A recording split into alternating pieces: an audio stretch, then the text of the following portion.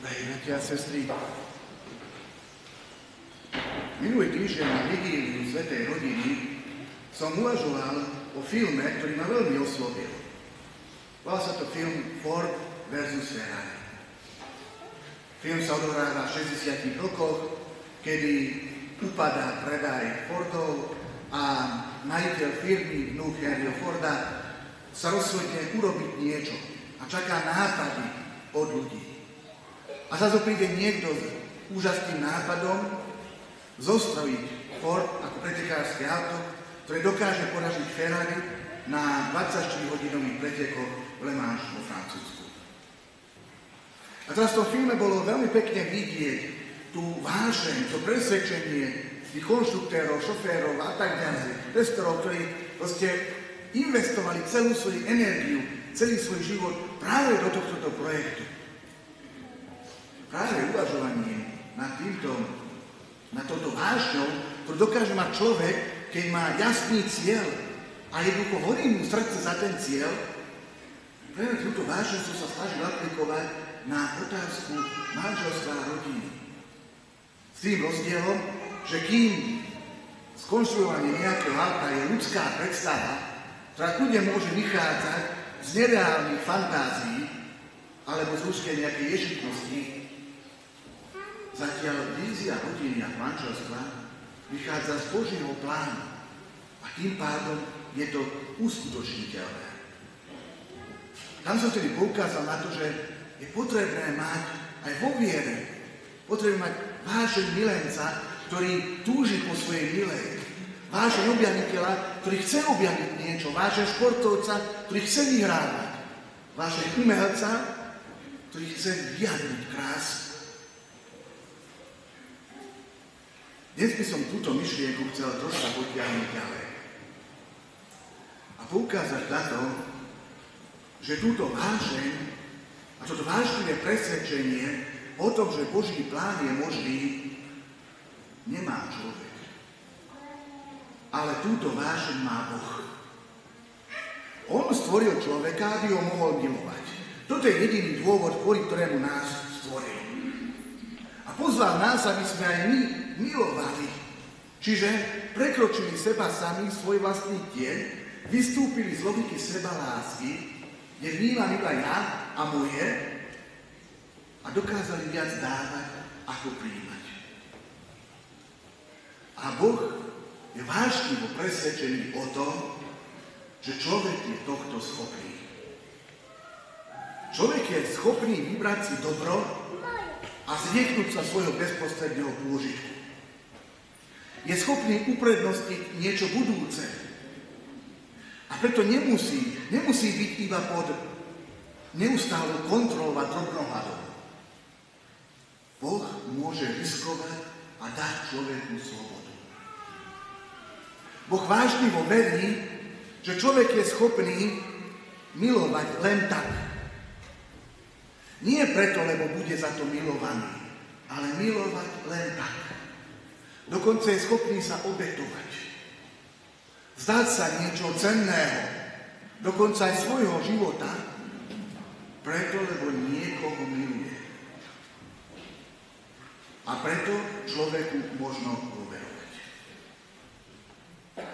A Boh je tak presvedčený o tejto veci, že dokáže zariskovať. Lebo diabol, nepriateľ našej spásy, tvrdí opak. Hovorí, že človek je zlý, skazený. On je iba egoistické zviera, ktoré niví iba seba, uspokojenie seba samého a nič iného nezaujíma. A preto jediné, čo treba s človekom robiť, je ho zničiť. Lebo si nezaslúži, aby bolo milované. A Boh sa rozhodne vstaviť. Ide do stávky s diablom. Chce mu dokázať, že skutočne človek je schopný milovať. Je schopný prekonať seba samého. Je schopný darovať sa. Lenže je tu vážny problém. Po prvotnom hriechu sú všetci ľudia moci diabla. Nie sú schopní Boha, lebo stratili prirodzenosť Boha, stratili spoločenstvo s Bohom, nie prirodzenosť Boha, ale spoločenstvo s Bohom. A tým pádom jednoducho nie sú schopní, lebo človek tieto veci nevie sám urobiť. Ale Božia milosť je to v ňom schopná spôsobiť. A preto jediná možnosť je, že vás zaistuje. Sadí seba samého. On sám sa stáva človekom. Zrieka sa svojho božstva, svojej rovnosti s Bohom. Stáva sa človekom a príjme ľudskú prirodzenosť. Vo všetkom, okrem hriechu. Ale samozrejme hriech ani nepatrí do ľudskej prirodzenosti. Čiže sa stáva úplne jednoduchým, obyčajným človekom. A žije tu medzi nami. Dáva seba samého, ide vo svojej láske až po hranicu darovania svojho života. Chce milovať, prekonáva seba samého, podriadi svoju vôľu úplne Otcovej vôli a dokáže, že človek je schopený milovať len tak. Nie preto, lebo by to on zvládol, ale je Ježiško na sile Ducha Svätého. On sa úplne zriekol svojej rovnosti s Bohom, čiže on nikdy nepoužil svoju božskú moc preto, aby si sám sebe pomohol. Ale všetko koná sile Ducha Svätého. A ukazuje, ako aj my, ľudia, ktorí sme slabí, práve v sile Ducha Svätého môžeme urobiť presne to isté. A teraz, keď porazil diabla, túto stávku vyhral, tak sa pýtam mňa. A ty čo chceš? Uveríš tomuto plánu? Odpovieš svojou vierou na túto moju vieru, ktorú ja vkladám do teba? A pozýva ma, povedz áno. Vyjadri vieru, zariskuj aj ty. A to naše áno na toto Božie pozvanie je práve milosť krstu. Milosťou krstu ja prijímam dôstojnosť Božieho dieťaťa, stávam sa Božím dieťaťom, prijímam Ducha Svätého, ktorý zrazu môže vo mne a cezo mňa takisto pracovať, ako pracoval Ježišovi, ako človekovi. A takisto aj vo mne môže dosiahnuť toto obrovské víťazstvo. To, že som schopný poraziť svoj egoizmus, svoju samolúbosť, svoju zameranosť na seba, svoju túžbu po sebarealizácii a som schopný skôr túžiť po šťastí toho druhého, ako potom svojom vlastnom. Dokonca aj tak, že som schopný vzdať sa života. Verím tomu. Verím tejto vášnivej Božej láske, ktorú dokázal na kríži. A poviem áno na tento jeho plán, tým, že aj ja príjmem dôstojnosť Božieho dieťaťa. Stávam sa jeho dieťaťom, príjmem Ducha Svätého, dovolím mu, aby aj vo mne on uskutočnil túto premenu. Toto je najväčšie rozhodnutie, ktoré človek vo svojom živote robí. To je odpoveď viery na Božie pozvanie. To je krst.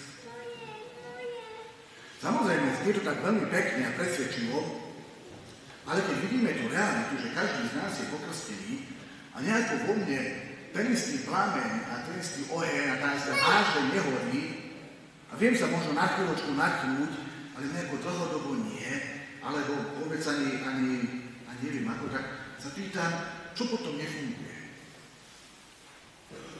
Nuž, to, že mi niekto dá milosť, ale mi niekto šlachtický titul, ešte neznamená, že ja sa to šlachtic viem už aj správať. Nemôžem ísť na kráľovskú svadbu, pokiaľ nemám modrú krv. Niekto mi dá šlachtický titul, už tam môžem ísť, ale keď tam pôjdem, ešte neznamená, že viem, Ako tam mám stolovať, ako sa mám tam zavieleť, aký je bontón, ako mám koho osloviť a že sa nám môžem cítiť príjemne. A tu sú tie dve veci. Božia milosť je daná, ale z našej strany je nutnosť učenlivosti. Ako spolupracovať s touto Božou milosťou? A preto je veľmi dôležité dve veci. Z mojej strany je tá nutnosť učenlivosti a zo strany blížnych je potrebná nutnosť učiteľa. Tým učiteľom v krstej milosti je práve krstný rodič. On je ten, jeho úloha krstného milovaného rodiča je tá, aby učila toho človeka, ktorý prijal sviatosť, žiť z Kristovej milosti.